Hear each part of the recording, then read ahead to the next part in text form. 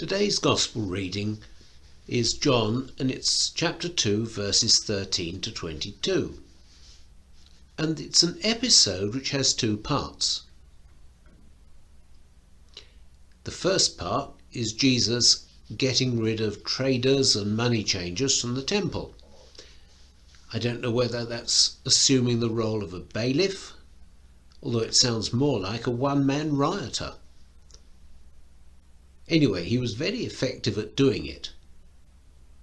And the second half of the episode is the ensuing conversation with the group that gets referred to as the Jews, and who presumably were the temple management.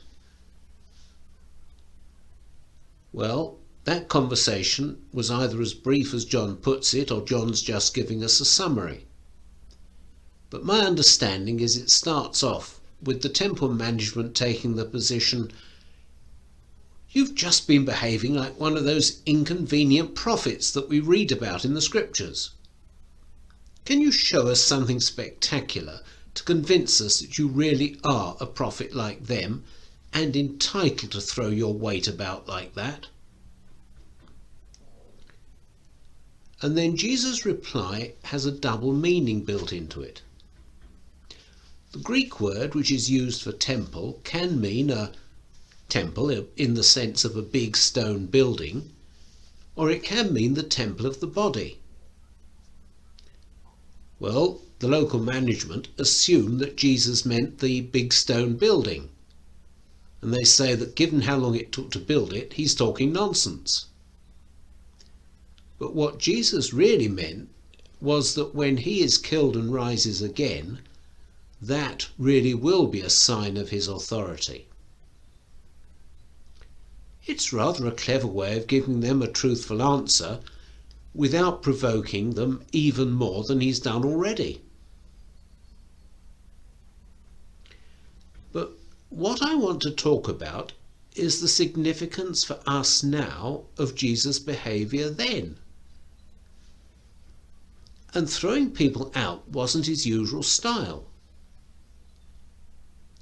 I'm also thinking about, why does John's Gospel put the story of him turning water into wine and this story of cleansing the temple close to each other and near the beginning of the Gospel? Now, talking about that wedding celebration, you remember his mother realizes that the party has run out of wine. That's going to be acutely embarrassing for the bridegroom. Well, maybe it was just miscalculation. Maybe the bridegroom was being boastful and invited more people than he could afford to cater for. But somebody has messed up.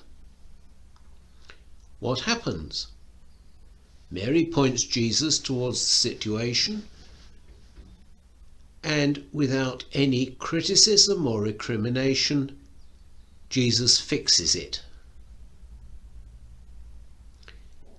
If you think that John's Gospel is using that human story as some sort of analogy for the gospel message, I think you'd be right. It was undeserved, unearned generosity to rescue the bridegroom from being very embarrassed. The gospel message that God gave his only son, unearned, undeserved generosity, rescuing us from the consequence of our sin and misdoings. And I think John is putting these stories in early on as an introduction to what's coming. Now, here in the appointed passage for today, the cleaning of the temple, it shows Jesus doing something very different. What does it tell us? The disciples eventually realized that Jesus was fulfilling a prophecy. The episode shows Jesus as being passionate about what his Father has said he does and does not want. But it's the only occasion where Jesus acts as an enforcer. Well, the people in the temple, the traders, the money changers, they weren't just breaking a commandment. It was exploiting people. The people who wanted to come to God, coming with sacrifice as the Old Testament told them to do, were being exploited, being made to pay. I think they were being ripped off by a system. Somebody had set it up some point and the temple was going along with it.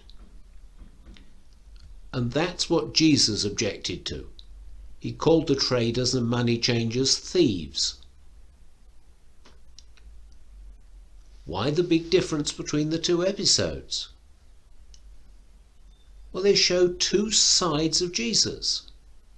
At the wedding banquet, the mistake or lack of thought or whatever it was, well, that was a past event. Jesus doesn't make anything of it. He just fixes the consequences without fuss. In the temple, it was ongoing exploitation. If those traders had had their way, they would have gone back tomorrow and the day after, just going on as they always did. And Jesus had put a spanner in the works of exploitation. The temple episode is showing us a side of Jesus which just wasn't relevant at the wedding celebration. But it's still there and it matters. If people are being exploited or oppressed, looking after the victims means recognizing that there's exploitation or oppression and putting a stop to it. It's a more complete picture of Jesus than either episode gives on its own. Now I want to touch on something else. That lesson from 1 Corinthians. Paul talks about God doing something foolish. What? Since when did God ever do anything foolish? Well, what Paul is saying is that what Jesus has done for us is not what people expected. Well, even the Jews who were expecting a Messiah didn't expect the Messiah to be killed as a criminal. And the Greek and Roman pagan world of Corinth would find the whole idea so strange that a lot of them would dismiss it as being complete nonsense, too nonsensical to believe. It's not foolish, but it was unexpected, it was radical. And what I'm pulling out of this is that God is not just kind and generous, he's also creative, able to sort things out in ways we don't expect. What I want to do now is link all the bits I've talked about with one well-known sentence. It comes from Psalm 46, first verse. God is an ever-present help in times of trouble. Supposing I'm in trouble and need help, what sort of person would I look for to help me? Well, my ideal tick list would have these on it. Someone who will be sympathetic and kind. Someone who is willing to help. Someone who actually has the ability to help. Someone who's not afraid to speak out if that's what's needed. And the fifth one, someone who can come up with an ingenious, unexpected solution when that is needed. I'll put those 5 points up on the screen now.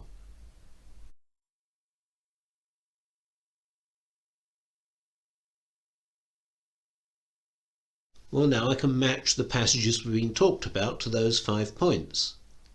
Someone who will be sympathetic and kind. Well, that was Jesus at the wedding feast. Someone who's willing to help. Jesus always did help. He did so then. Someone with the ability to help. Well, I'd say 6 jars of very good wine is definitely a sign of ability to help. Someone who's not afraid to speak out when that is what is needed. That's the That's the temple cleansing episode. And someone who can come up with an ingenious and unexpected solution when that's needed, well, giving your only son when people are in a mess, that's got generosity, kindness, everything, and it's an ingenious and unexpected solution. So I'm saying God is demonstrating in the passages I've talked about his ability to be an ever-present help in times of trouble. Lord, thank you. Amen.